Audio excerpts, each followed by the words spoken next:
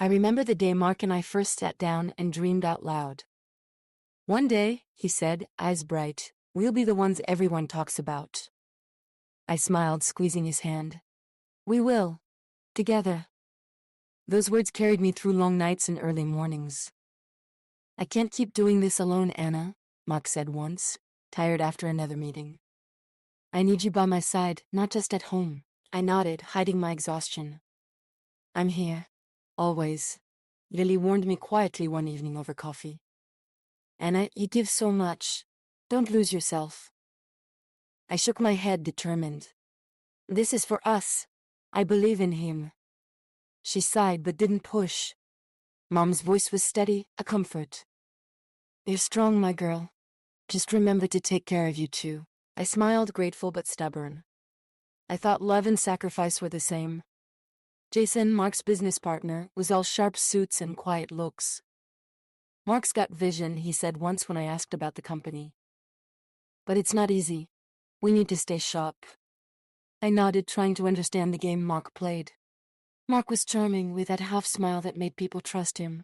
But sometimes when he thought I wasn't watching, his eyes went cold. I ignored it. I wanted to see the man I loved, not the man he hid. Anna, you handled the client's meeting beautifully, Mark told me one night. I couldn't have done it without you. My chest swelled with pride. We're a team. At home I cooked meals after late nights, patched up his suits, and kept our small apartment filled with hope. One day, all this will change, I whispered to myself. For us. Lily stopped by one afternoon, concern in her eyes. You look tired. I forced a smile. I'm fine. We're almost there. She didn't argue. She just hugged me and said, I'm here. Jason caught my eye at the office, nodding approval as Mark outlined new plans. It's happening, I told myself. Our future. I didn't see the cracks forming beneath our perfect dream. I was too busy building it, one promise, one sacrifice, one sleepless night at a time. But I believed, truly believed, that this was only the beginning. I never thought I'd find out like this, through a message on his phone, accidentally left unlocked. The text between Mark and Clara hit me like a punch to the stomach. Are you sure no one will find out? Clara wrote. Mark's reply, I'm careful. No one suspects a thing. I stared at the screen, heart pounding. I whispered, how long has this been going on? Later that evening I waited until he came home. My voice barely steady, I asked, Mark, who is Clara? He looked at me like I was crazy. What are you talking about? I showed him the messages. His eyes didn't widen, they narrowed. It's not what you think. I shook my head. Then explain. Because it looks like you've been lying for months. He crossed his arms, cold and distant. I'm tired, Anna. You've been so focused on your work, I felt alone. Alone? I whispered, disbelief thick in my throat. I built this with you. I sacrificed everything. Sacrificed? Mark scoffed. You made this about your career, not us. I wanted to scream, to hit something. Instead, I felt empty. So you just threw us away for her? A soft knock interrupted us. Clara stepped in, dressed like she owned the place. Mark, darling, don't keep me waiting.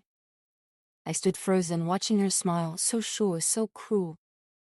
Clara's eyes met mine. You don't have to do this alone, sweetheart. He's chosen me.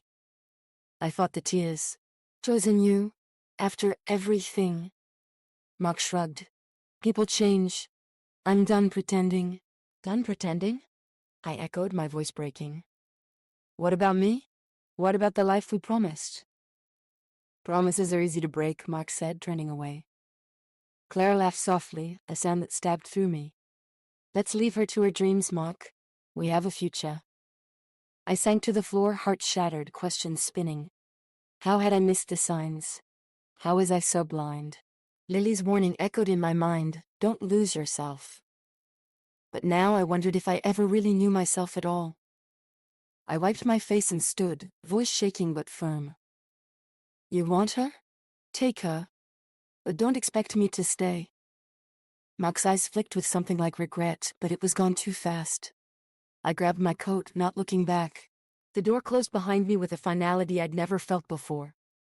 Outside, the cold night wrapped around me, but it was nothing compared to the cold inside.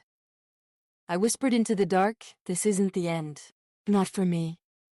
I didn't know where to go. My apartment felt like a ghost's home, empty and cold. I called Lily, my voice cracking.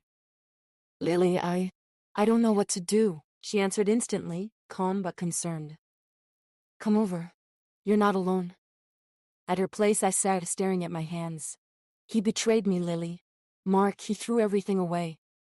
Lily's eyes softened. "I'm so sorry, Anna. You gave him everything. You deserve better." "I feel like I lost myself," I whispered. "Like I don't even know who I am anymore." She took my hand.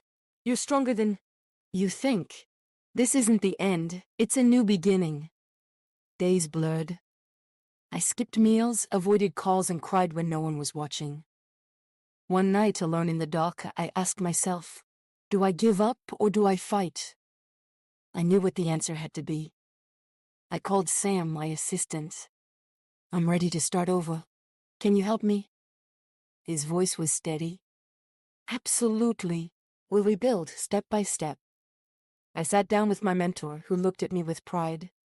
"You've been through hell, Anna, but fire forges steel. Use this pain." I nodded, feeling a flicker of hope.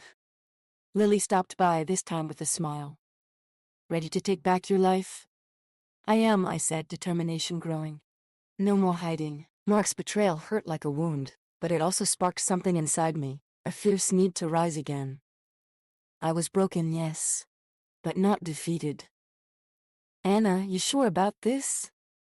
Anne asked, his eyes cautious but supportive. I looked him in the eye. "I have to be. I can't let Mark think he won." We sat in my tiny office, papers scattered everywhere. "We start small, contacts, clients, everything." Sam nodded. "I'll handle the legal side. Got a lawyer who's sharp."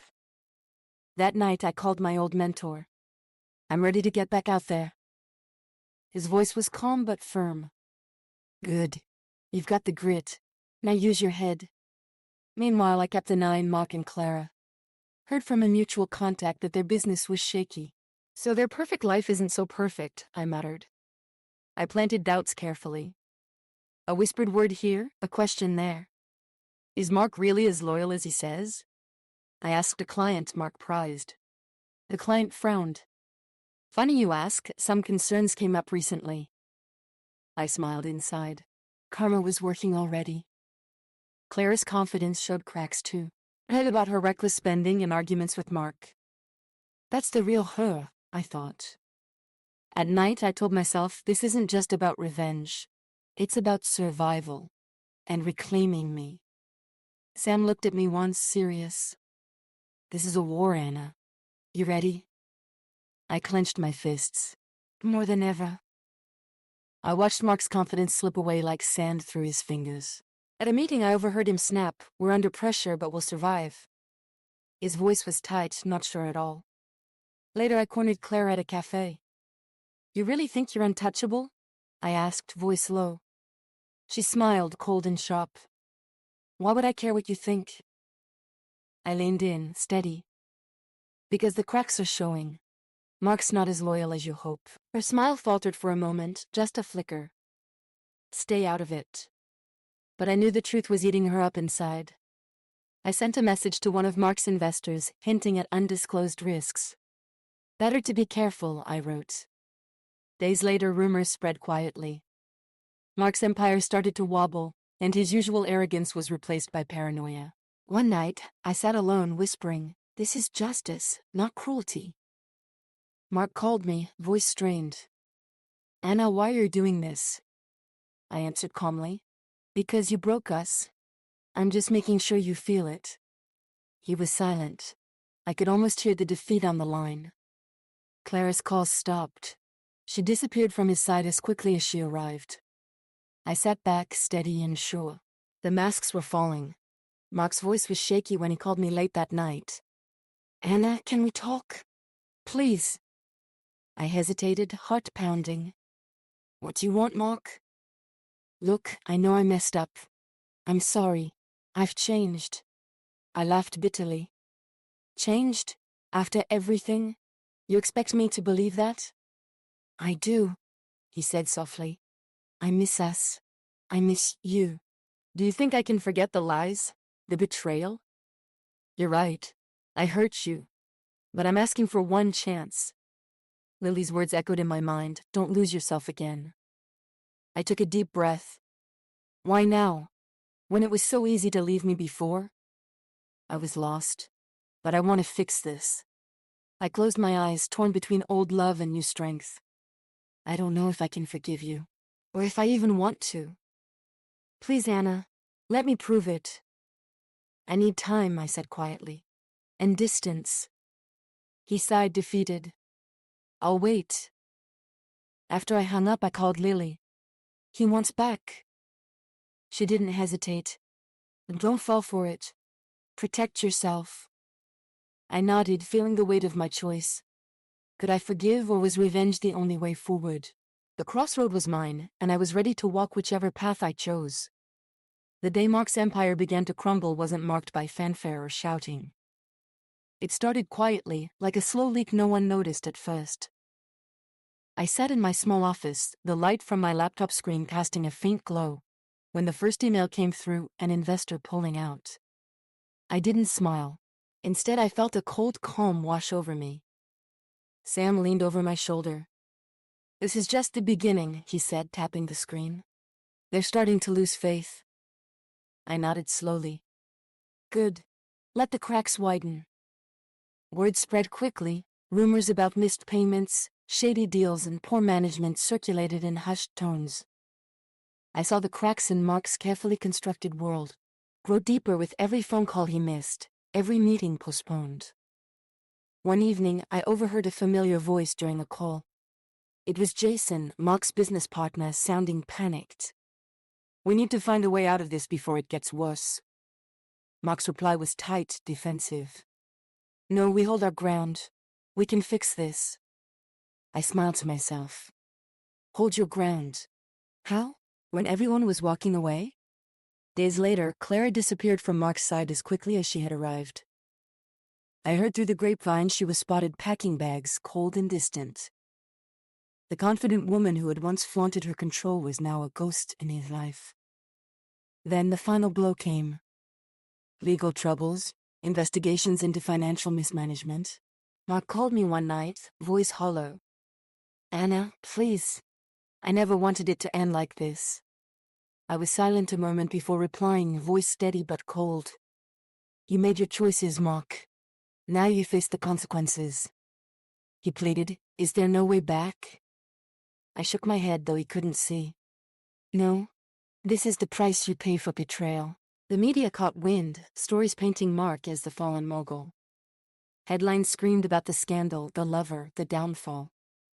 I kept my distance, watching from the shadows, feeling no triumph, only a quiet relief. One night, Lily called. Are you okay? You're not the same. I admitted, it hurts, but it's over. I'm free. She smiled softly. You're stronger than I ever knew. My phone buzzed, a message from Sam. We're ready. Your new project's gaining attention. Hope bloomed quietly. I was no longer the woman who had lost everything. I was the woman who had taken it all back. Mark's downfall wasn't just about revenge, it was about justice, closure, and reclaiming my life from the wreckage he left behind. I whispered to myself, this is my rebirth. The morning sunlight spilled through the windows of my new apartment. A place I chose for myself, not tied to Mark or the past. I sat at my kitchen table, sipping coffee, feeling something I hadn't felt in a long time. Peace. Lily was the first to visit. Lily was the first to visit. She smiled warmly, dropping a bouquet of wildflowers on the table. You look different, she said, eyes shining. Stronger. I returned her smile, a little shy. I feel different, like I'm finally myself again. She nodded, settling into the chair across from me. I always believed you could do this. You just needed to see it. We talked about everything, Mark, the betrayal, the fight, and the slow climb back. You taught me what strength really means, I said, reaching for her hand. Later that day, Sam stopped by with good news. Our new business got its first big client, he announced, grinning. You're back, Anna. And you're unstoppable. I laughed, a lightness in my chest. It feels good. Like I'm building something real, on my own terms. My mentor called that evening, voice full of pride. You've come far. Remember, this is only the beginning. Keep your heart open, but guard it well. I promised I would. The nights were still sometimes haunted by memories. Mark's lies. Claire's smug smile. But now those memories didn't control me.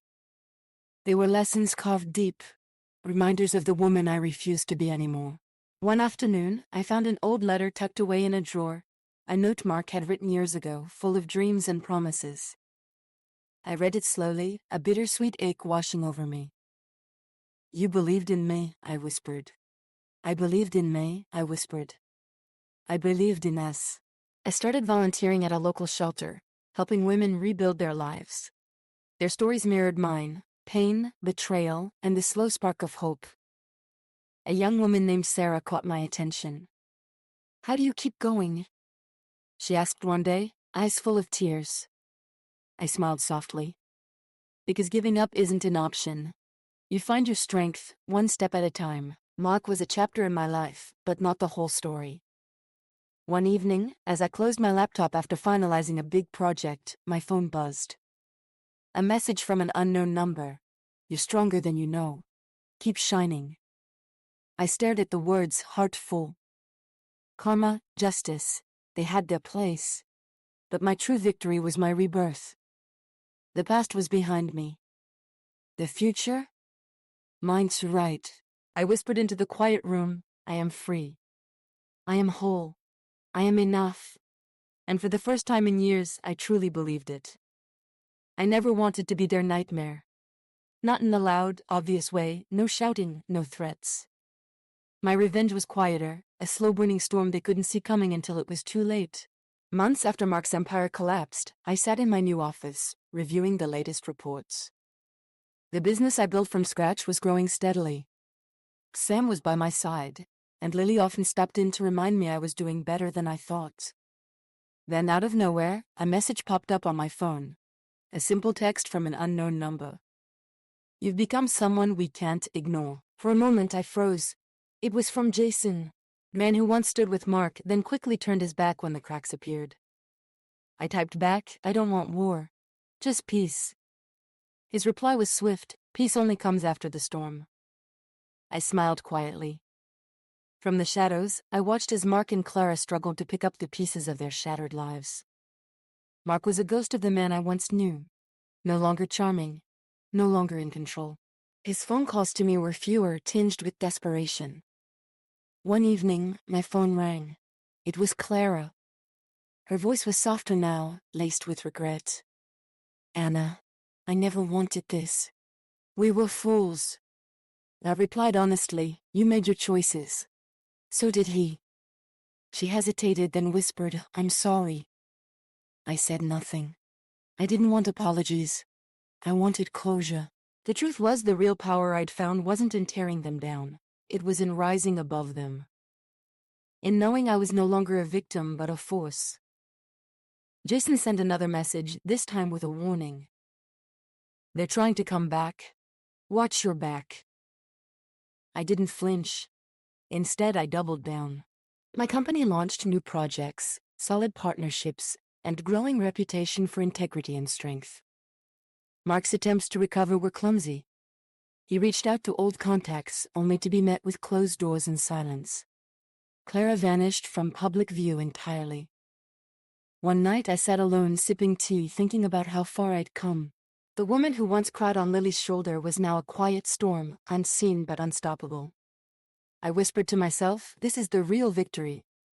Not in the chaos they faced, but in the calm I hold. The past no longer haunted me. It was a lesson, a scar, a reminder, but not a chain. I closed my eyes, feeling a steady peace. No one saw the storm coming. And that was my power.